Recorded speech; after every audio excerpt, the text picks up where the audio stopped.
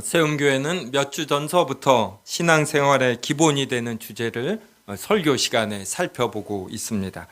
오늘은 그 8번째 시간으로 사귀는 사람들이 얼마나 우리의 영적 생활에 영향을 미치는지, 그리고 기도에 대하여 살펴보고자 합니다. 오늘 본문을 보면 솔로몬 왕은 바로의 딸 외에 이방의 많은 여인을 사랑하였습니다. 여기서 이방의 많은 여인이란 어떤 이방인의 종교, 가치, 세계관, 이러한 것을 받아들인 여인들을 사랑하였다, 이제 이런 의미이지요. 사람이란 같이 시간을 많이 보내는 자의 영향을 자신도 모르는 가운데 크게 받습니다.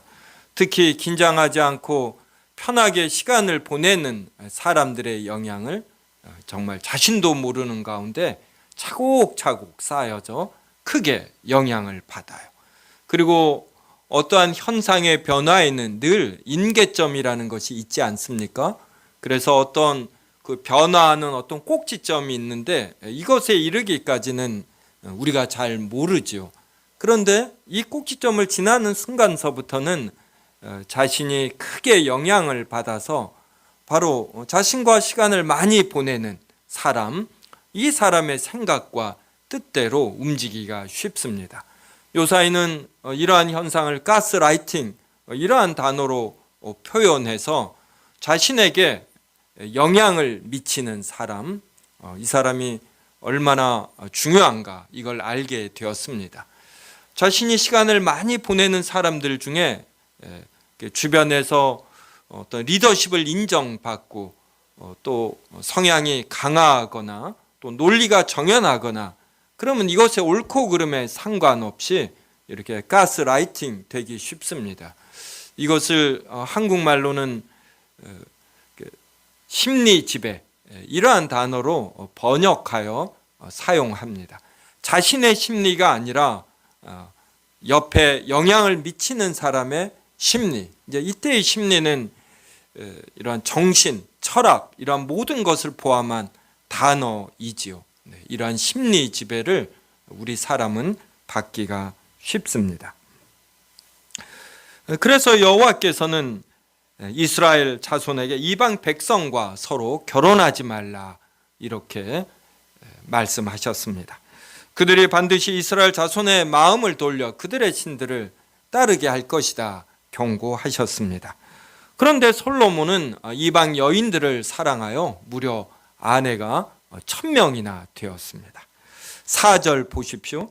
솔로몬의 나이가 많을 때 그의 여인들이 그의 마음을 돌려 다른 신들을 따르게 하였습니다.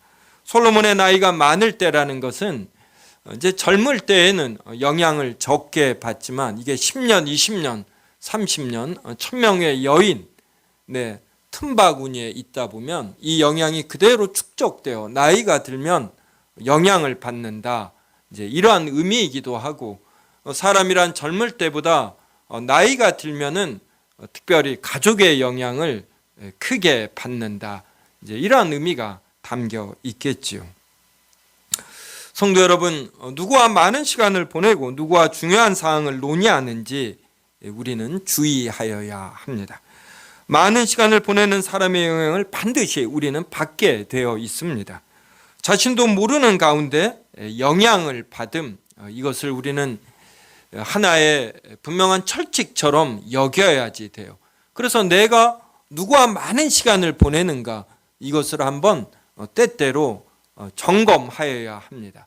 내가 어떠한 결정을 내렸을 때 이 결정이 내가 스스로 내린 것인지 아니면 내 주변에 어떠한 사람의 논리를 나도 모르는 가운데 따르고 있지 않는가, 이러한 것을 살펴야 합니다. 오늘 본문 9절을 보면은 이 일로 여호와께서 진노하시어 솔로몬에게 2번이나 나타나셨습니다. 하나님께서 직접 솔로몬에게 2번이나 나타나셔 이방 여인과 결혼하지 말고 그들의 영향을 받지 말라 이렇게 말씀하신 것입니다. 그럼에도 솔로몬은 여호와의 명령을 지키지 않았습니다. 사람에게 심리를 지배당하면 이렇게 하나님마저 멀리 하는 것입니다. 교회에 나와도 이 설교나 주보의 내용 이러한 것들이 들어오지 않습니다. 사람은 자신이 생각하는 것, 이것을 생각합니다. 듣고자 하는 것을 들어요. 그래서 절대로 우리의 귀에 들어오는 것, 우리의 눈으로 보는 것, 이것에 따라서 판단하지 않습니다. 이 사람의 마음은 생각보다 굉장히 복잡합니다.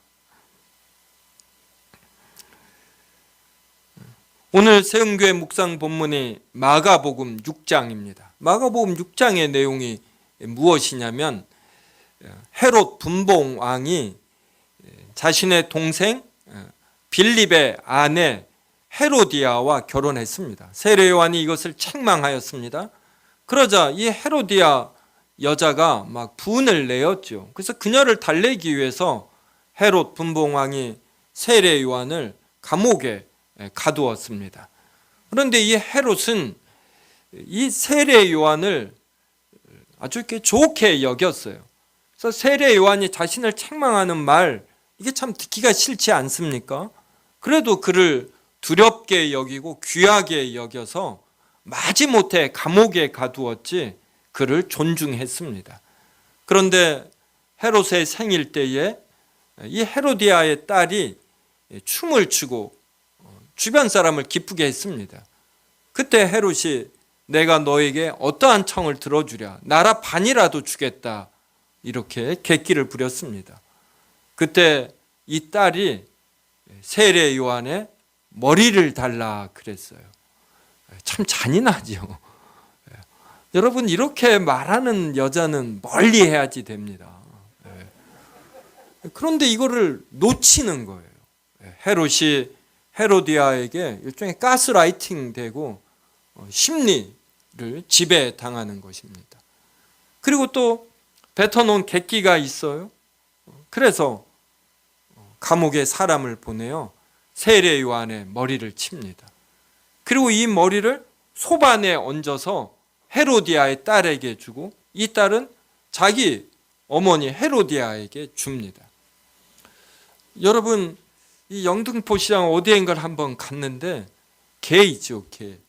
개를 그냥 산채로 잡아서 이렇게 놔둬요. 이걸 보고 얼마나 제가 놀랬는지요. 근데 이 또 머리만 잘라서 이 보는 것도 우리가 섬찟한데 하물며 사람의 머리를 이렇게 본다, 이 자체만으로도 징그럽지 않습니까? 근데 이것을 어떻게 소반에 얹어서 달라고 합니까? 이렇게 요구하는 사람들은 정상이 아니에요. 이러한 사람과는 가치에서는 결국은 험한 꼴을 보게 됩니다. 헤롯이 이것을 깨달아야지 돼요. 그런데 이런 여자를 아내로 맞아들이고 이 여자의 요구사항을 들어줍니다. 사람은 이렇게 누구와 관계를 맺고 깊어지는가, 이게 중요합니다. 이렇게 악한 사람과 친하게 지내며 속이 복잡한 사람과 관계를 깊게 하는 것은 결국은 자신에게 악 영향이 돌아옴, 이걸 우리가 꼭 알아야 합니다. 성도 여러분이 가까이 하는 사람에게 여호와를 경외함이 없다, 이러면 멀리 하셔야 합니다. 그와 대화를 하는데 논리가 있고 나름의 설득력이 있지만 여호와를 경외함이 없다, 여호와의 말씀에 의거하여 판단함이 없다, 이러면 우리가 관계를 멀리 해야지 돼요. 금묵자의라고, 저도 어렸을 때 아버님이 이제 유교를 참, 이런 예전 분들은 다 사서 삼경을 배우시지 않습니까? 그래서 제가 학교 안 다닐 때부터 무릎 꿇고 붓글씨를 배웠습니다. 한자를 배우고. 근데 하다 보면 꼭 먹이 묻어요. 이렇게 검은 걸 가까이 하면 이게 검은 것이 묻고 이 영향을 받게 되어 있습니다. 성도 여러분, 이 섬세함이라는 것이 얼마나 요구되는지 몰라요. 프로야구 선수가 박찬호 선수가 왜 은퇴한 줄 아세요? 미국에서 그렇게 잘 나가는 공의 속도가 떨어졌어요. 그러면 우리는 한 10km 떨어졌나 이렇게 생각을 합니다. 겨우 3km나 4km 떨어집니다. 일반인이 프로야구 선수가 100km를 던지잖아요. 투수가. 그러면 타석에서 무서워서 뒤로 물러갑니다. 자기에게 이 공이 달려올 것 같고 100km 속도가 얼마나 빠른지 몰라요. 그런데 박찬호 선수는 150km대를 던집니다. 그렇게 던지다가 3km나 4km가 떨어지잖아요. 그러면 3루수 땅볼 될 게 이때부터 홈런이 되는 거예요. 3km, 4km 차이로 300억, 400억에 왔다 갔다 연봉이. 이 차이로 타자가 분별하는 거예요. 분별하는 거. 그래서 우리가 인생을 살 때에도 다 같은 수준이 아니에요. 인생은 하루에도 여러 번 결정을 해야지 됩니다. 우리가 좋은 사람의 영향을 받으면 화를 낼 일, 내가 정당해서 화를 내고 싶습니다. 근데 좋은 사람의 영향을 받으면 자신이 잘못한 것을 깨달아요. 분별하는 것입니다. 분별하는. 이러한 것들이 쌓이고 쌓여서 1년의 결과물이 나오고 이것이 더 쌓이면 5년, 10년의 결과물이 나오는 것이에요. 이러한 분별력을 어떻게 기릅니까? 다행히 분별력은 이 판단력, 암기력은 10대, 20대가 가장 왕성하다고 들었습니다. 그런데 판단력은 50대, 60대까지 성장한다고 합니다. 이 판단력을 기르기 위해서 우리는 이렇게 예배하며 하나님의 말씀을 공부하는 것입니다. 여러 통찰을 얻지요. 하나님의 은혜로 깨달음이 있습니다. 이것을 우리는 더 향상시켜야지 돼요. 더 분별력 있게 가꾸어 나가야지 됩니다.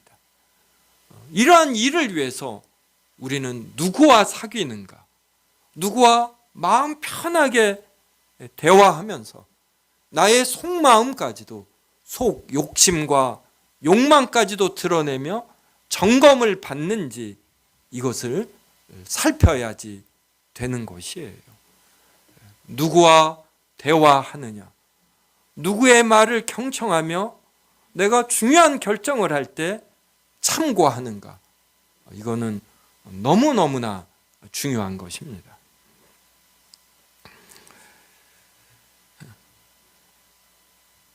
가까이 하는 사람이 설령 배우자일지라도 그에게 여호와가 없고 여호와의 말씀을 경시한다라면 중요한 결정에 있어서 이 배우자를 멀리해야 합니다.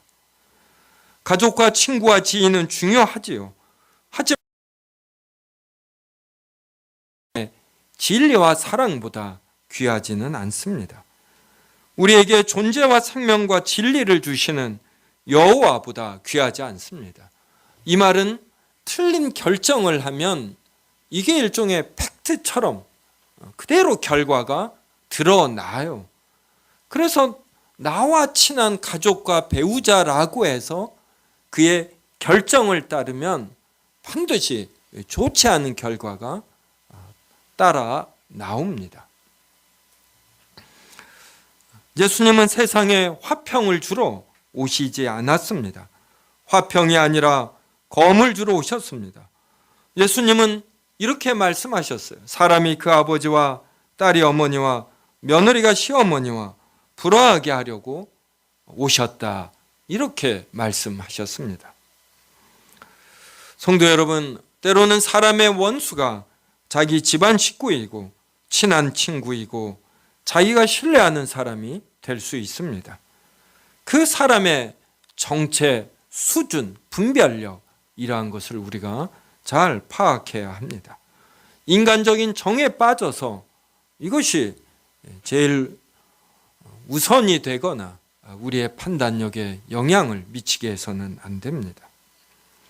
천하의 솔로몬도 이방 여인의 영향으로 하나님을 멀리하고 이방신을 따랐음을 알아야 합니다. 우리는 주변에 신앙이 좋은 사람, 하나님의 사랑과 진리를 위해 자신의 이렇게 습관적인 생각을 이렇게 과감히 버릴 수 있는 사람, 이러한 사람을 주변에 두어야 합니다. 하나님은 이렇게 가볍게 취급을 당하시지 않아요. 그래서 하나님은 모든 걸 다 보십니다. 지난주에 이 천문학을 조금 살폈어요. 우리 은하계에 태양계가 있는 은하계가 별이 4천억 개 있습니다.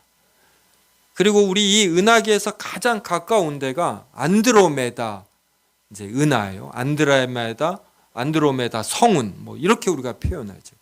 여기는 2.5배 커서 별이 1조 개가 있습니다. 1조 개가. 그래서 보통 은하계에 수천억 개의 별이 있어요. 이런 은하가 이 우주에 몇 개 있는 줄 아세요? 제가 정말 놀랐네요. 2조 개가 있어요. 2조 개가. 그래서 이 우주의 별이 2조 개 곱하기 수천억 개입니다. 이걸 제가 직접 하지 않고 학자가 다 해놨어요. 그래서 별의 개수가 10의 23승계 혹은 10의 24승계입니다.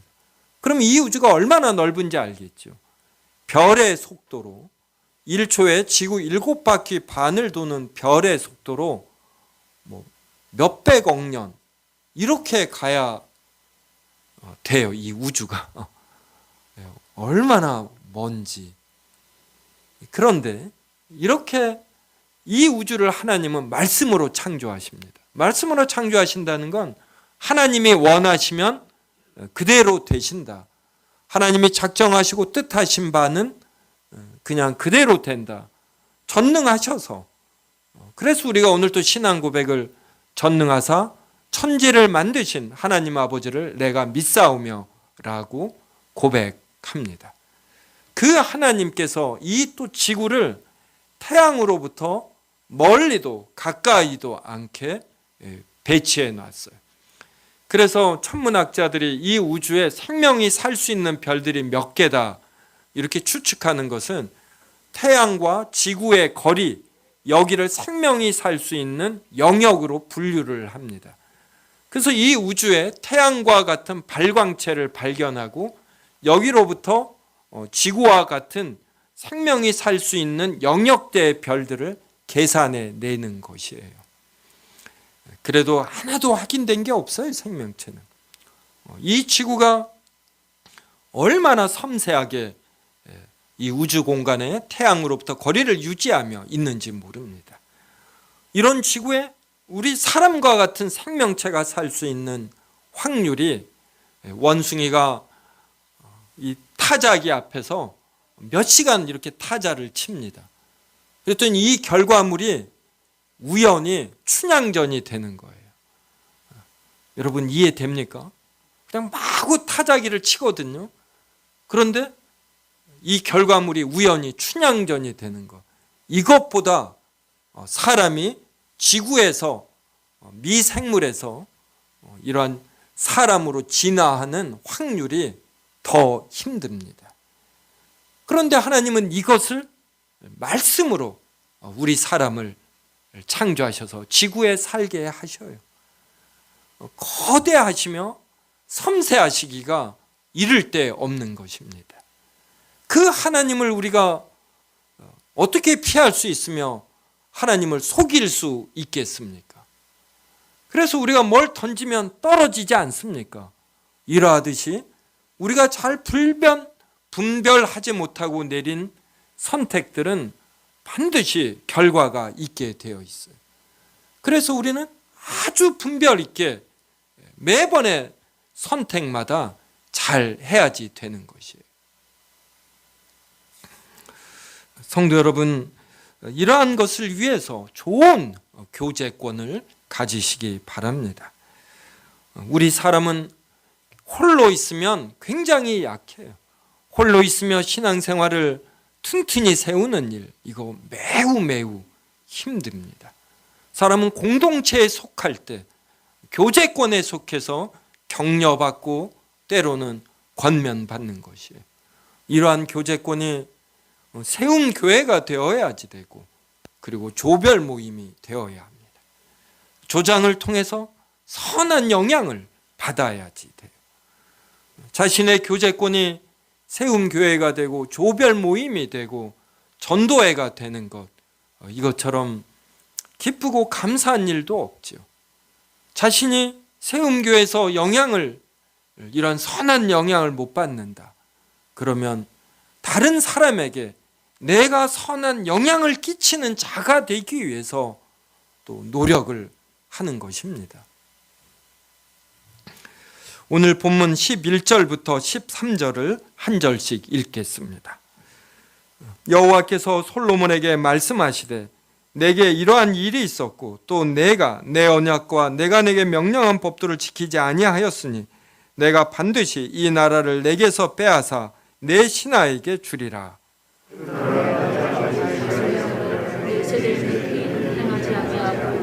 내 아들이 손에서 빼앗으려니와. 같이 읽습니다.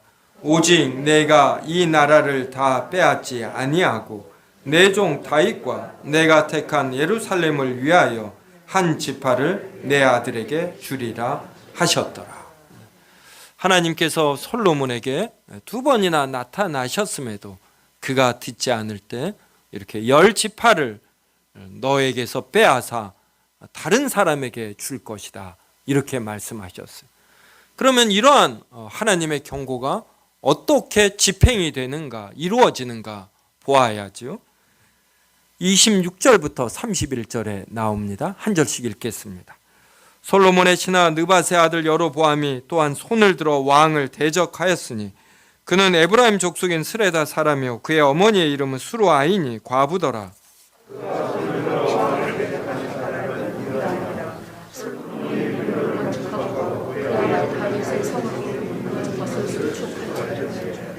이 사람 여로보암은 큰 용사라. 솔로몬이 이 청년의 부지런함을 보고 세워 요셉 족속의 일을 감독하게 하였더니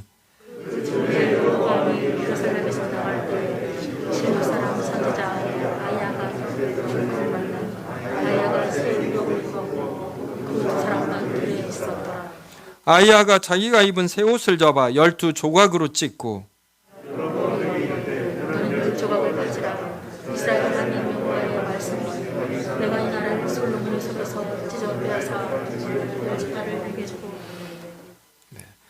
솔로몬이 건축해야 할 일이 많았습니다. 그때 여로보암이라는 훌륭한 일꾼을 발견하고 그를 요셉 족속의 감독관으로 삼았습니다. 그런데 하나님께서는 솔로몬이 기쁘게 발탁한 여로보암을 통해 10지파를 그에게 줌으로써 나라를 분열시키셨습니다. 솔로몬은 여로보암이 10지파를 거느리고 왕이 되려는 이러한 시도를 할 때 얼마나 분개했겠습니까? 배은망덕이라 여겼겠지요. 자신이 그를 감독관으로 발탁했는데 이 은혜를 저버리고 10지파를 거느리고 반역한다라고 분노했을 것입니다. 여로보암은 솔로몬이 자신을 잡아 죽이려고 하자 애굽으로 정치적 망명을 해서 애굽 왕의 도움을 받으며 솔로몬이 살아있는 동안 애굽에서 지냈습니다. 계속해서 10지파의 대표들은 이 여로보암과 연락을 했고 솔로몬이 죽자 이 이스라엘로 돌아와 10지파를 거느리고 북이스라엘을 건설했습니다. 솔로몬은 이러한 소식을 접했을 때 여로보암이 10지파를 거느리고 왕이 된다라는 이러한 소식을 들었을 때부터 얼마나 기도했겠습니까? 이 일이 실패하게 해주고 자신의 후손들이 계속해서 왕이 되게 해달라고 기도했겠지요. 그럼 이 기도에 하나님이 응답하십니까? 응답하시지 않습니다. 솔로몬은 아마 여호와 하나님께도 기도하고 이방 신들에게도 기도했을 것입니다.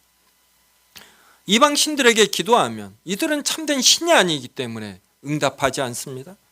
여호와 하나님께 기도할지라도 이러한 현상 자체가 여호와 하나님의 뜻이기 때문에 기도 응답이 없습니다.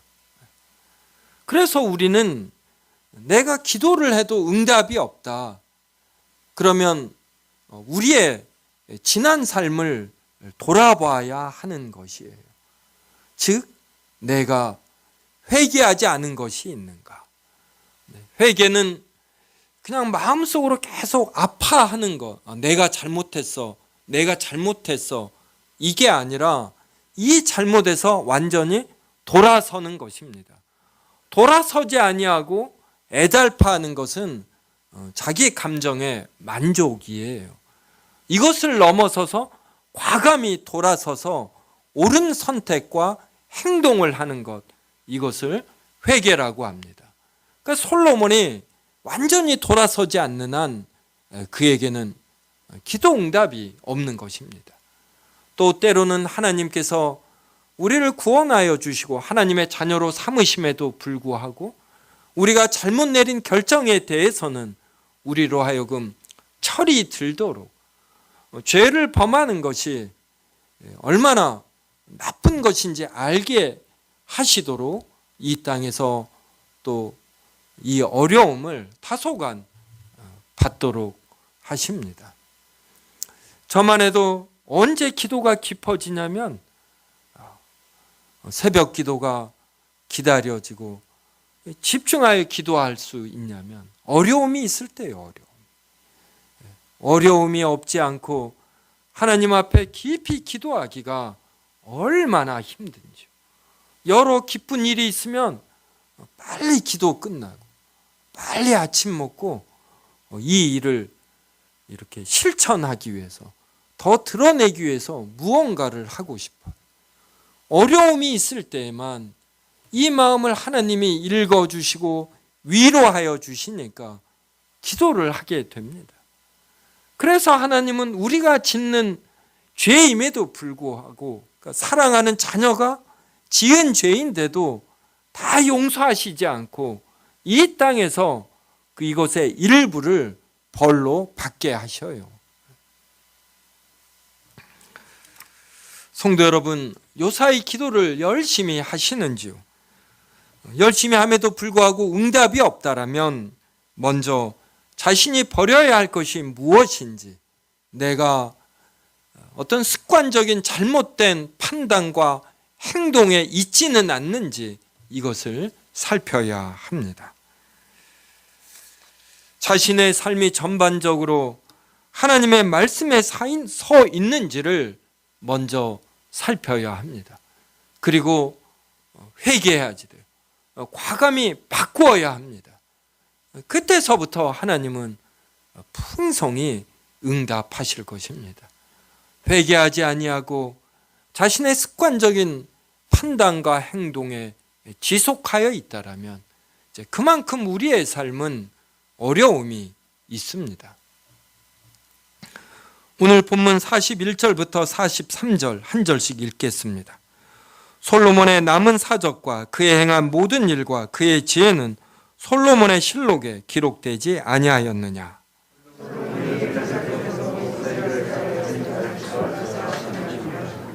같이 읽습니다.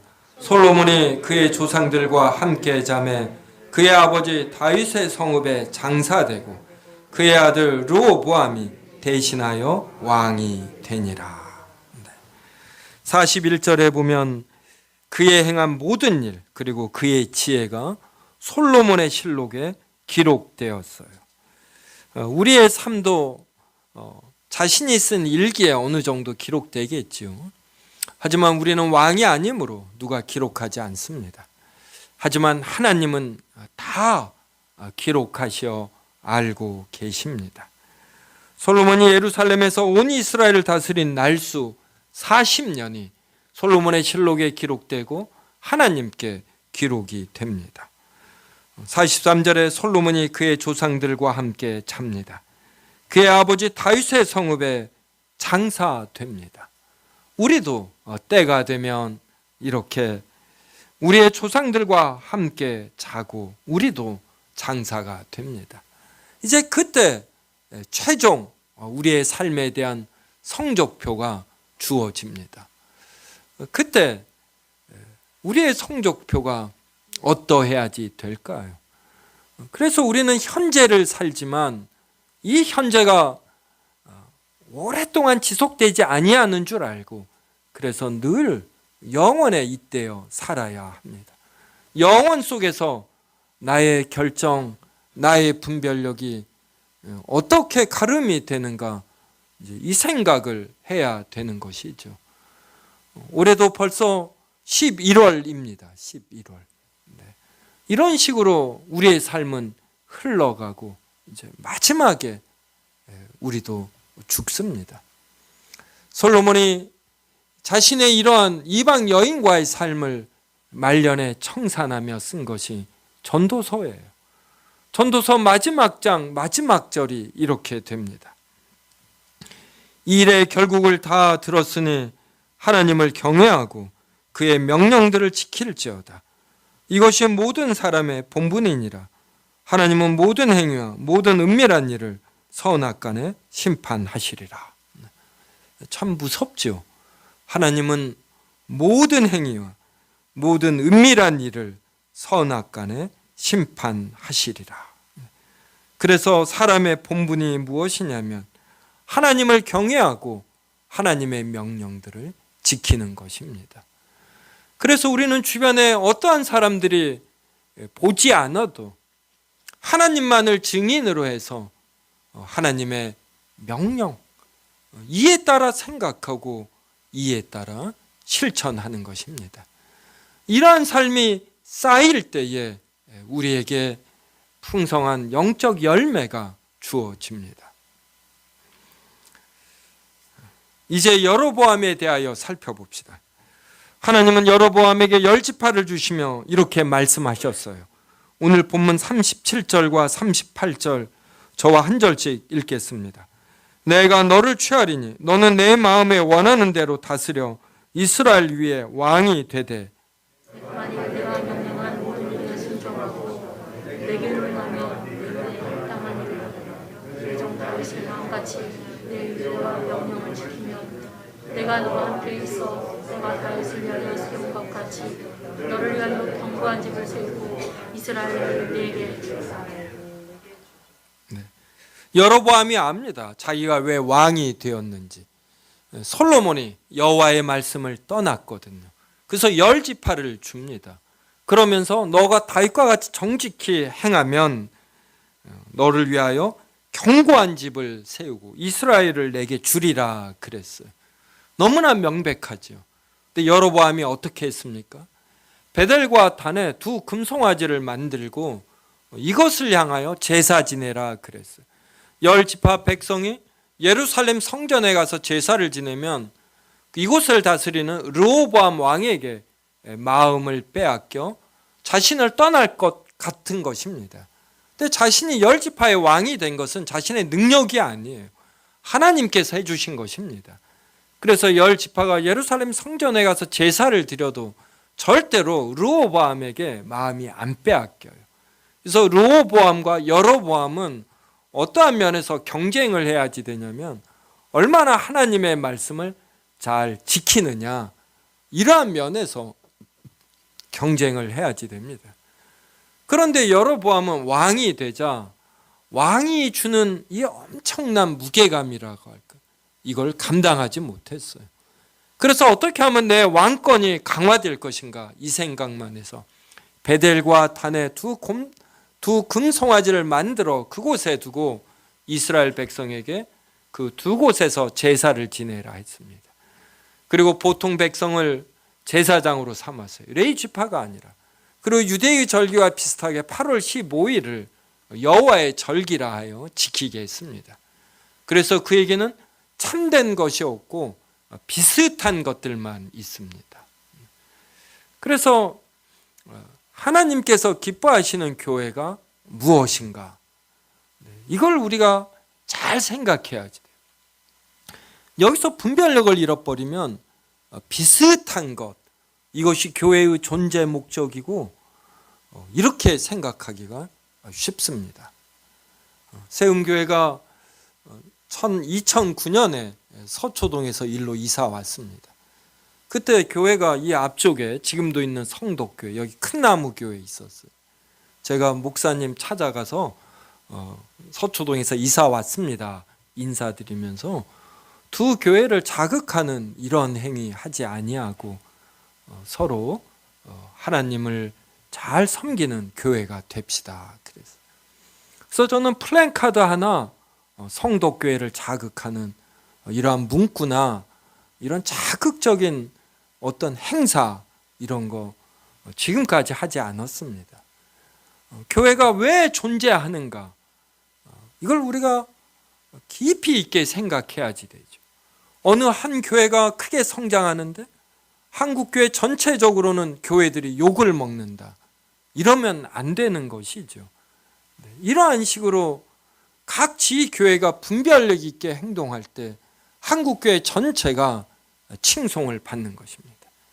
하지만 이러한 분별력을 잃어버리면 일부 대형교회는 지금도 더 크게 성장하겠지만 한국교회 전체적으로는 성도들의 몇만 명, 몇십만 명 줄어들고 기독교는 전혀 존경을 못 받는 어떤 많은 숫자가 모여서 어떤 영향력은 있지만 존중받지 못하고 선한 영향력은 주지 못하는 이러한 한국교회가 되기 쉽습니다. 여로보암은 열지파의 왕이 된 것이 그에게 불행이 되었어요. 그래서 사람은 자신의 믿음의 수준, 자신의 인격 수준에 맞는 자리를 갖는 것이 좋습니다. 그래서 우리는 너무 큰 욕심 부리면 안 돼요. 나에게 어떠한 직분이 주어지면 이걸 내가 기쁨으로 신나서 겸손하게 행할 수 있는가 이 생각을 먼저 해야지 돼요. 나에게 버겁다 그러면 안 받는 것이 좋습니다. 여로보암은 왕이 되어서 오히려 불명의 대표자가 되었어요. 그래서 북이스라엘에 대하여 이 왕들이 행한 바를 여로보암의 길, 여로보암의 죄라고 성경은 표현합니다. 여로보암처럼 비슷하게 하나님을 섬기고 나라를 다스린 죄가 여로보암의 죄고 여로보암의 길이 되는 것입니다. 성도 여러분, 공중의 새 그리고 들의 백합화를 보십시오. 심지도 않고 거두지도 않고 창고에 모아들이지도 아니하지만 하늘 아버지께서 기르십니다. 이 국화도 보셔요. 색깔이 참 좋지 않습니까? 제가 물을 열심히 줬습니다. 왜 물을 열심히 주었느냐? 작년에 한 주인가 두 주 만에 국화를 이렇게 말라 죽게 했거든요. 그때 제가 얼마나 반성을 했는지. 이 진한 색을 보면 제가 마음이 너무나 좋습니다. 어제는 이 교회 주변의 낙엽들을 이렇게 한가득 치웠습니다. 솔로몬이 입은 모든 영광이 백합화보다 못해요.